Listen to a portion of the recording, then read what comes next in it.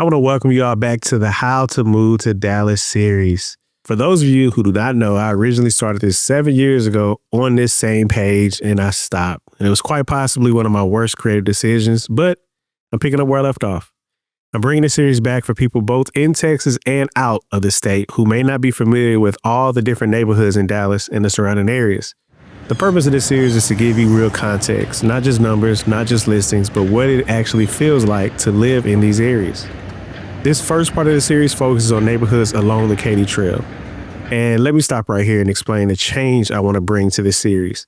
As you see, originally, I was in front of the camera speaking in the neighborhood, which I felt was a good idea to showcase how it is to live in areas.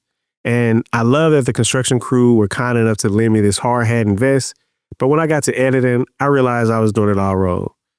You all didn't watch this video to see me in the neighborhood you may be interested in. You all are here to just see these areas. You only need to hear me. So I scrapped 2 fully recorded videos to provide something more suited for you, the viewer. Dallas alone, without me blocking anything that needs to be seen for you to make a decision. If you really want to see me, I'll be in the last 20 seconds or so in the closing. But now back to the series, Katy Trail. We're starting south and we're working our way up north. Today, we're starting with Victory Park. After this, we'll move into Uptown, Turtle Creek, and then Knox Henderson. And that'll wrap up the Katy Trail series. So what Victory Park is? Victory Park is a development district, and this is, this is where I put on my conspiracy cap and just hear me out. Listen, Dirk the Whiskey was drafted in 1998, and around the same time, Victory Park was approved, literally like right after that. If you really look at it, the time lines up almost perfectly with the start of his career. Then in 2011, when the Mavericks won the championship, the Victory Parade literally ran straight down Victory Avenue. And I'm trying to remember if it was Victory Avenue back then. But Dirk even has a street named after him there. So at the heart of Victory Park is the American Airlines Center. Again, it's there because of Dirk. Home of the Dallas Mavericks and the Dallas Stars. And now I'm taking my conspiracy cap off and we're getting back to business. So everything in Victory Park branches outwards from that arena. That's not accidental. The neighborhood was built around entertainment, activity, and accessibility. Victory Park is also the southernmost neighborhood connected to the Katy Trail, which matters when you start comparing it to Uptown, Turtle Creek, and Knox Henderson later in the series. And I want to let you guys know, I will break down every neighborhood pretty much just like this. So for each one I cover, whether it's along the Katy Trail or anywhere else, I'm going to break it down with 7 areas so you can compare neighborhoods consistently. 1, walkability and transit. 2, neighborhood character. 3, property trends. 4, amenities proximity. 5, future developments. 6, living conditions as an owner. 7, high-rise living walkthrough. Well, that's specific. There will be walkthroughs. That'll be number 7. I want you to know what it actually feels like inside one of these units. So let's start with 1, walkability and transit. Victory Park ranks extremely high when it comes to walkability. The neighborhood itself isn't very large, which means you can realistically walk from one side of Victory Park to the other. You can walk to the American Airlines Center to watch games, attend concerts, or go to events. From there, Victory gives you access to restaurants, bars, shops, nightlife, and entertainment. You have movie theaters, escape rooms, gyms, including Bayweather Gym, all right there. You also have everyday services like CVS, dry cleaners, and convenience spots within about 3 to 4 blocks. There is even a Tom Thumb grocery store in Victory Park. Most people don't walk to it, but it is technically walkable. Most residents still choose to drive because of convenience. If walking isn't your thing, they brought scooters back, and you can use them throughout the neighborhood, which makes getting around even easier. From a transit standpoint, Victory Park is one of the strongest locations in Dallas. You have the dark rail access right in Victory Park. From there, you can go north toward Plano, east towards Garland, south towards parts of Oak Cliff, and west toward Irving. In addition to DART, Victory Park also has access to the TRE, what I like to call the TRE, which is the Trinity Railway Express. This is important because the TRE has fewer stops than DART, which makes it faster if you're commuting west from Victory Park. You can get to Irving quickly, and you can go all the way to Fort Worth without multiple transfers. Having walkability, DART, and TRE access all in one neighborhood is rare in Dallas. 2, the neighborhood character. Victory Park has a very urban, lively, high-energy feel.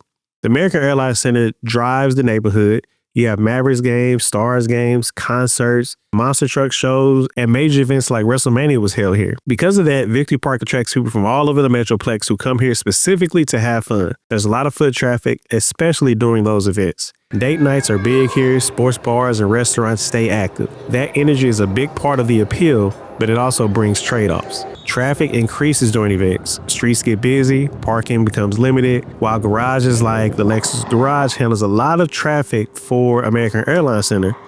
People still park on the street and in nearby lots.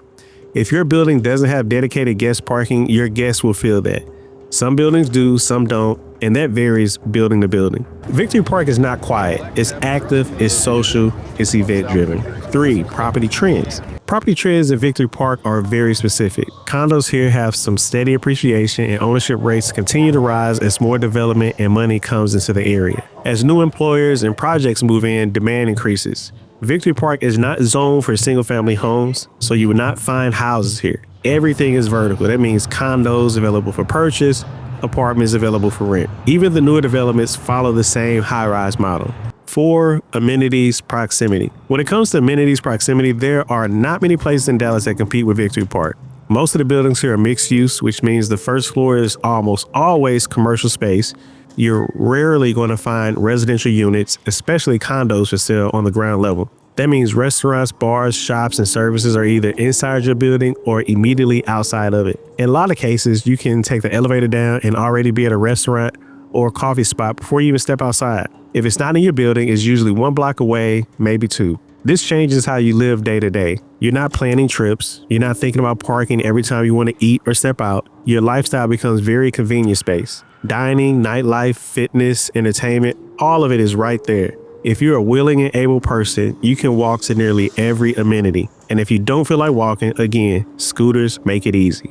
Grocery shopping is really the one thing most people still drive for. The Tom Thumb is there, but people usually drive simply because they're buying more than a few items. High-rise living also means shared amenities. Rooftop decks, lounges, gyms, and common spaces become extensions of your living space. You're not maintaining anything outside. You're trading that for access and convenience. 5, future developments. Before I go into these developments, I want to be clear about something. I'm not talking about ideas that are 10 or 15 years down the pipeline. I'm not speculating on what might happen one day. Everything I'm about to mention is either under construction right now, already approved, or actively moving forward. There are real projects happening in real time that will directly impact Victory Park in the near term. When we talk about the future developments in Victory Park, it's important to understand what these projects actually are and why they matter, especially for owners who are buying before everything is fully built out. The first major project to understand is the Loop. The Loop is an extension of the Katy Trail that runs directly through Victory Park and connects it to the Design District. Right now, the Katy Trail technically ends before it fully integrates Victory Park, the way it does Uptown and Turtle Creek. The Loop changes that.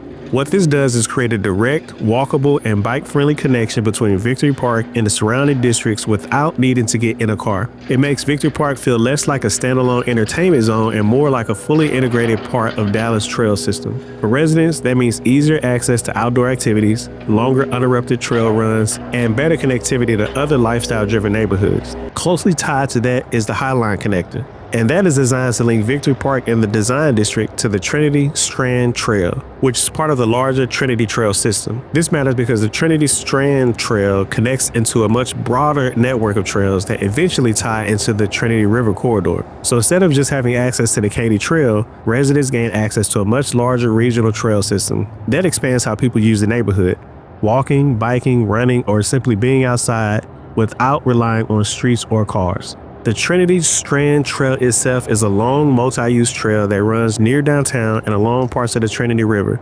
It's quieter, more open, and less dense than the Katy Trail. For Victory Park owners, this means having options. Active, social trails like the Katy Trail, and more open, scenic routes through the Trinity Corridor.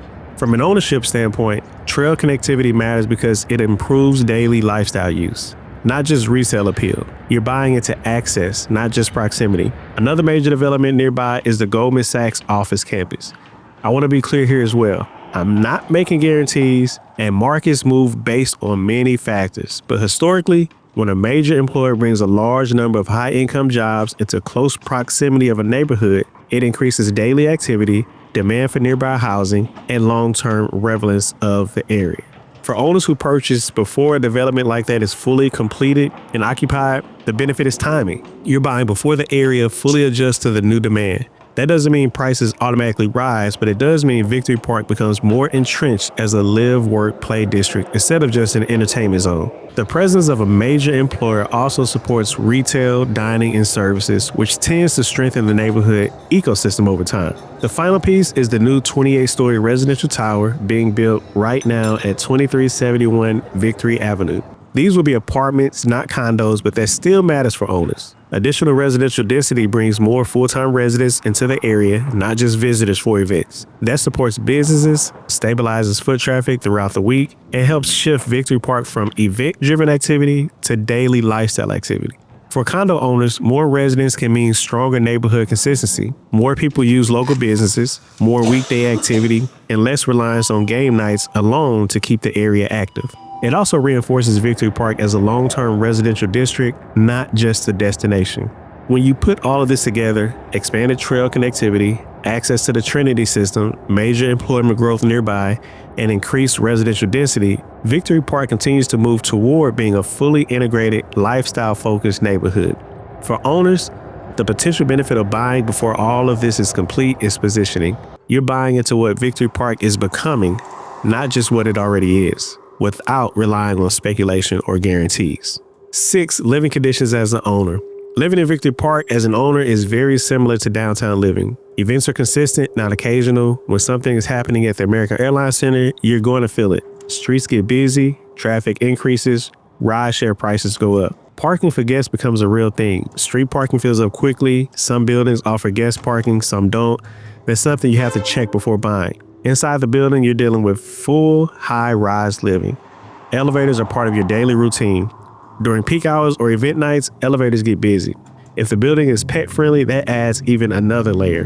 Green space is limited. You're not getting a yard. Most outdoor access comes from balconies, rooftops, or trails like the Katy Trail. HOA fees are a major factor. Many buildings have HOA dues that are several hundred, and I even seen a couple thousand a month. That impacts your monthly costs. Turnover is higher here. A lot of residents stay for a few years, not decades. That creates movement instead of long-term neighborhood stability. 7. High-rise living walkthrough. So this section is for people who have never lived in a high-rise. I lived in a high-rise downtown for about 8 years, and living in a high-rise unit changes how your day feels. Everything is compact. Rooms are closer together. You don't have long hallways or separate wings of the house usually. A lot of these units have open floor plans, especially in the kitchen and living areas. Kitchens are usually open. Living room spaces flow together. Many units have window wrapping around multiple walls, which brings in a lot of natural light throughout the day. Maintenance is easier. You're not handling everything yourself. You have on-site maintenance for the simple things. There's also a different feeling when you're sitting in your living room overlooking the skyline or stepping onto your balcony and hearing the street noise from above.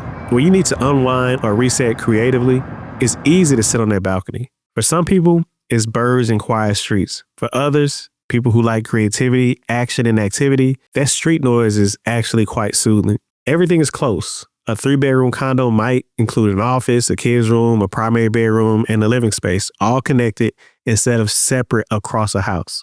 That's the high-rise lifestyle. You're choosing Victory Park because of Victory Park, but the living experience itself adds a quality of life people don't always understand until they live it. So in closing, Victory Park is an amazing district to live in when you really look at everything we discussed. From the walkability, to the transit access, to the neighborhood character, the property trends, the amenities proximity, the future developments, the living conditions as an owner, and even what it's like inside a high-rise unit. Victory Park offers a very specific lifestyle that works extremely well for the right person.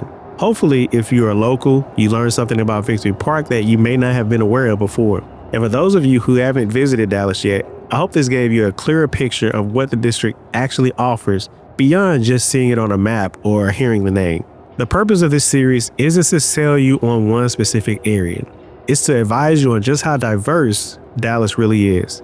And hopefully one of these videos points you toward the area that best fits your lifestyle. And if this one doesn't feel like it's it, That's okay.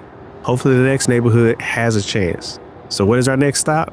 Our next stop is another highly popular area. That's right.